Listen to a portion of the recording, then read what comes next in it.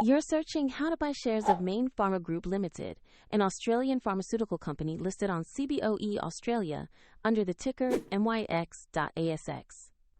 This is an educational walkthrough and not financial advice. To buy the stock, you'll need a brokerage account. I'll use eToro as an example to show the process. After registering, you must verify your account with an ID document and add funds before you can place a trade. Open the platform search bar and enter the ticker MYX.ASX to find Mayne Pharma. Select the matching result to ensure you have the correct listing. On the asset page, review basic company details and the price chart to confirm it matches Mayne Pharma Group Ltd. Check the exchange shows CBOE Australia and ticker MYX.ASX before proceeding. To invest, click Buy. Enter the amount you want to invest, then review the order details and confirm the trade. If the market is closed, the order may be scheduled for the next session, and if you lack sufficient funds, the platform will prompt you to add money before confirming.